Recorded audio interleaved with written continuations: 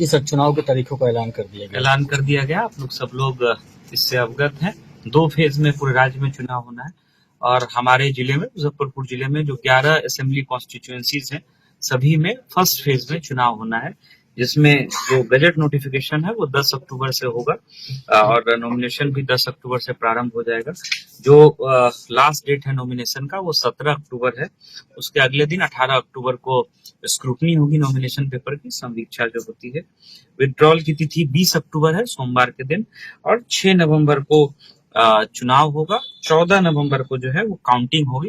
तो हम लोगों की तैयारियां काफी पहले से चल रही थी। प्रशिक्षण हमारा चल रहा है, जो हमारे कार्मिक जो भी चुनाव की विभिन्न गतिविधियों के संपादन में जिनकी सेवाएं लेंगे, उनका प्रशिक्षण चल रहा है।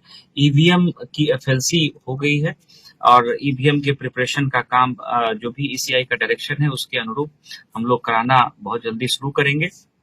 उसके अलावा आप लोग इससे भी अवगत हैं कि चुनाव की तिथियों की घोषणा के साथ ही आदर्श आचार संहिता प्रभावी हो जाती है और उसको लेकर के भी जो हम लोगों की तैयारियां हैं, शुरुआत के जो 72 आवर्स होते हैं उसमें कई तरह की प्रशासनिक उसको लेकर के तैयारियां करनी होती है, तो वो हम लोग इमीडिएटली स्टार्ट करेंगे। किसी भी तरह का जुलूस, किसी भी तरह की सभा ये बिना परमिशन के नहीं होगी। इसको उचित फोरम से, अप्रोप्रिएट जो अथॉरिटी है वहां से परमिशन लेना होगा, चाहे वो पॉलिटिकल पार्टी के रिप्रेजेंटेटिव हो या राजनीतिक दल का कार्यक्रम हो या कोई भी इंडिविजुअल हो। तो राजनीतिक किसी भी तरह के कार्यक्रम के लिए परमिशन की आवश्यकता होगी। ये एक महत्वपूर्ण जो है एमसीसी के इन्फोर्स होने के बाद से एक महत्वपूर्ण बदलाव शुरू हो जाता है। इसके अतिरिक्त जो हम लोग सभाएं या जुलूस के लिए जो हम लोग परमिशन देते हैं, तो सिंगल विंडो सिस्टम हमारा इमीडिएटली फंक्शनल हो जाएगा।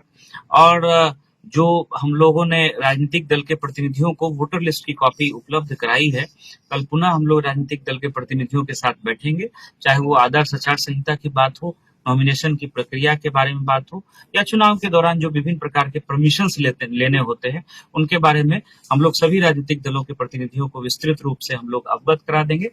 कुछ जो नए बदलाव हैं उनके बारे में मैं आपको बताना चाहूंगा, जो ईसीआई के स्तर से हुआ है।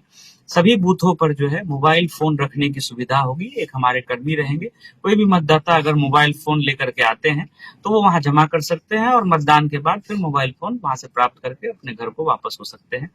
इसके अतिरिक्त पहले 200 मीटर की परिधि के बाहर ही राजनीतिक दल के प्रतिनिधियों या कैंडिडेट्स को, पॉलिटिकल पार्टीज को बूथ लगाने की व्यवस्था होती थी, जहां वो मतदाताओं को आवश्यक सहायता उपलब्ध कराते थे। अब उस दूरी को घटा करके 100 मीटर कर दिया गया है।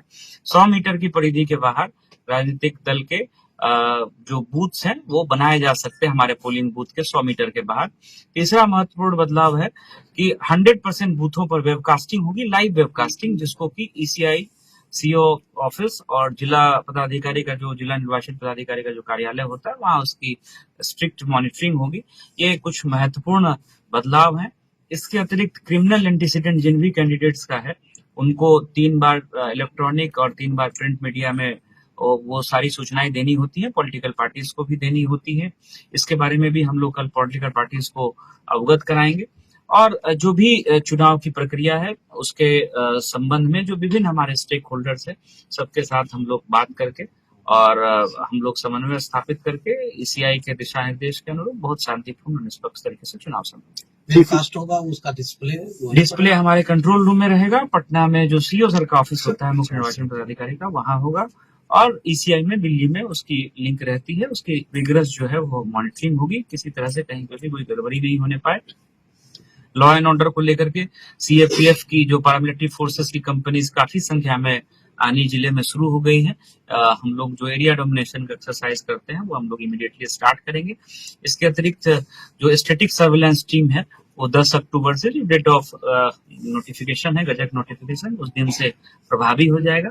फ्लाइंग स्क्वाड की टीम हमारी वो घोषणा के साथ ही प्रभावी हो जाती है। कहीं पर कोई शिकायत आती है तो फ्लाइंग स्क्वाड को पहुंच करके उसकी जांच करनी होती है। सी विजिल ऐप वगैरह है, जहां 100 मिनट के अंदर जो भी उस पर शिकायत आती है उसका निराकरण करना होता है।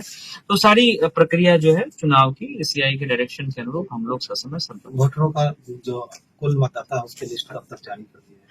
वो तो दे दिया गया, फाइनल पब्लिकेशन हो गया था। सोशल मीडिया पे सोशल मीडिया पर हम लोगों की नजर रहेगी और इसमें किसी भी तरह के इंफॉर्मेशन को गलत तरीके से प्रेजेंट करना या बहुत ऐसे टूल्स आ गए हैं, डीप फेक और कई ऐसी चीजें आ गई हैं जिसमें जो सही पक्ष नहीं है उसको तोड़ मरोड़ करके या दूसरे तरीके से चीजों को प्रेजेंट करना या किसी के इमेज को मलाइन करना या जो इस तरह की कुछ गतिविधियां होती हैं, उस पे भी हम लोगों की एक टीम है, वो एसएसपी साहब के ऑफिस में भी और हम लोग के स्तर पर भी इस पे हम लोग की नजर रहेगी और जो भी इसमें दोषी पाए जाएंगे उनको हम लोग जो भी प्रावधान है बीएनएसएस के और जो election conduct of election rules और जो आरपी एक्ट है उसके तहत भी हम लोग उचित कार्रवाई करेंगे। क्रिमिनल एक्ट की कितनी कार्रवाई हुई सर अभी तक? मतलब सीसीए वगैरह सीसीए में 380 से ज्यादा लोगों पर हम लोगों ने सीसीए की कार्रवाई की है और बॉन्ड डाउन 9000 से ज्यादा लोगों पर हुआ है। नोटिस 15000 के लगभग ऐसे जो असामाजिक तत्व हैं जो चुनाव को डिस्टर्ब कर सकते हैं उनको हम लोगों ने नोटिस किया है। 9000 लोगों से बॉन्ड ले भी लिया गया है। इसको हम लोग और तेजी से ऐसे लोगों को चिन्हित करके कार्रवाई करेंगे और सीसीए 380 से ज्यादा लोगों पर सीसीए के तहत हम लोगों ने जो है आदेश जारी करके उन लोगों को हम लोगों ने एक तरह से निरोध करने का प्रयास किया है। मुजफ्फरपुर में 925 हॉलमार्क चांदी और 916 हॉलमार्क सोना सिर्फ मनोकामना अलंकार ज्वेलर्स पर। मेकिंग चार्ज मात्र 7.9% से शुरू। दरदा बाजार, मुजफ्फरपुर, बिहार। बिटिया रानी की शादी के लिए मुजफ्फरपुर शहर में ढूंढ रहे हैं बड़ा और सुंदर बैंक्वेट हॉल, तो ये वीडियो आपके लिए है। मुजफ्फरपुर रामदयालु शहीद पेट्रोल पंप के बगल में अतिथि होटल के ठीक सामने खुल गया है Shri Ganesh palace hotel, residency and banquet hall, जहां आपको मिलेगा शादी विवाह के लिए 1000 गेस्ट कैपेसिटी वाला बड़ा सा lawn area, 3 banquet hall, 11 executive rooms, पूरा भवन डेकोरेशन, साउंड और लाइट के साथ सिर्फ 1,30,000 रुपए में। यहाँ आपको मिलेगा स्टोर रूम के साथ किचन का बड़ा स्पेस और पार्किंग की पर्याप्त व्यवस्था।